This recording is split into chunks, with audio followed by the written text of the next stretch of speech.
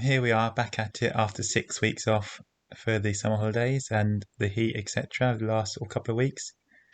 So she took the centre article really well.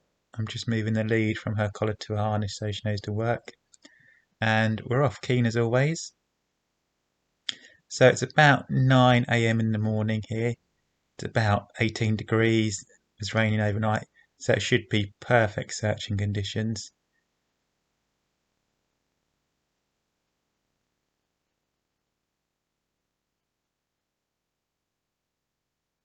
I've sped up some of the more boring parts. But here you can see she's staying over to the left-hand side, which is good. The wind's coming right to left, so it's blowing the scent across to the side there.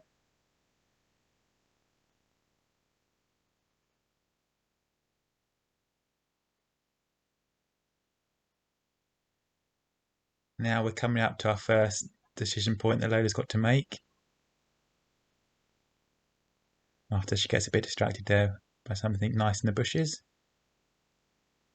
So we're coming up to a T-junction.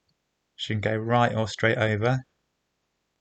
She's really good. Her head is straight down. You can see she's on the scent. She's nice and straight.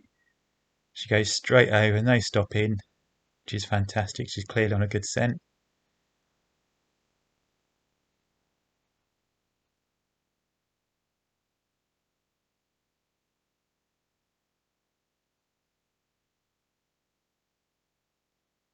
And then we're coming up to another junction, and here it's brilliant. So she turns right to start with, which is the wrong way, but instantly really good negative, we call that. And when she goes a little bit the wrong way, turns around, she's back in it now.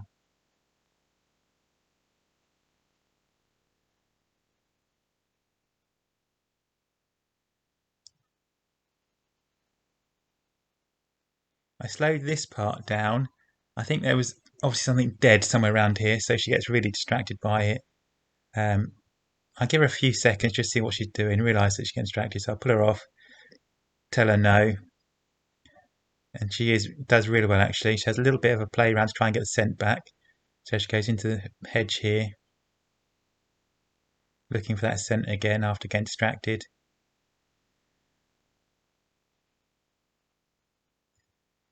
And then here, there we go, she's back on it again and no straight line. Again there, I think she was still tracking the same dead thing, but back at it. And here we go, we come up with another really good junction. The missing person went left here, but if you watch, Lola goes right. She goes about 5-10 meters down here and does a really good negative. So she's lost her scent, head up, turns around to try and find it. It's really, really good. Finds the scent, and off she goes again.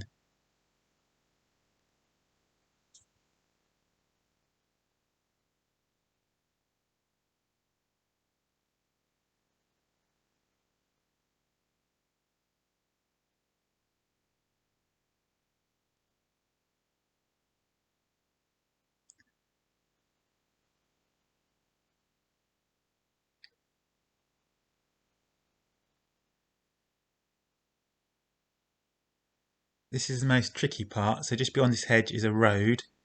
So what I do is I shorten her lead right off. So I've got more control. I hear a car come, so I just pause her there. And off we go again. She follows the scent really well to the left.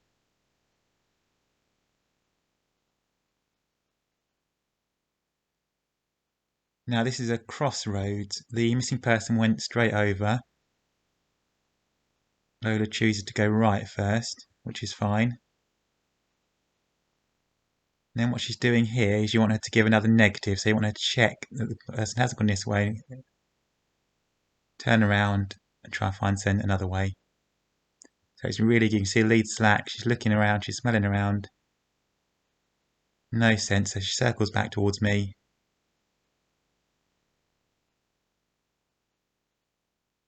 Now there's a van coming from the side, so I just stop her, move out of the way. Now this van actually did her a favour, it gave her a few seconds just to stop and think about it. Now she got the scent from the left there, so she's back on it. So actually that little pause, and she had a chance to think and get the scent.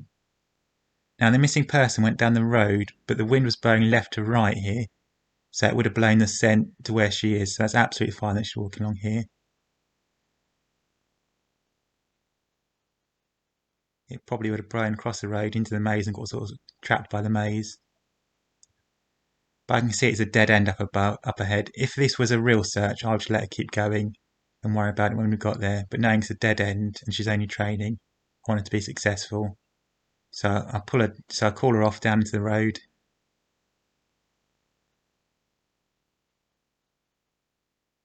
And she has no problems picking it up again. Again, they're really good negative. She checks the path. Nothing down there comes back. And here, you see her head's gone up. She's picked up in speed a little bit. She's started trotting a little bit more, which is a real good indication that she's now air scenting. So rather than getting the smell from the ground, she's getting it in the air. The missing person's about 15 metres away now, so it would have been blowing on the wind. You can see she's really picked up her speed. She's really, really excited, tail wagging. She knows she's getting closer. She's practically galloping now. I'm going to have to hold her back. And there we go. We found the missing person.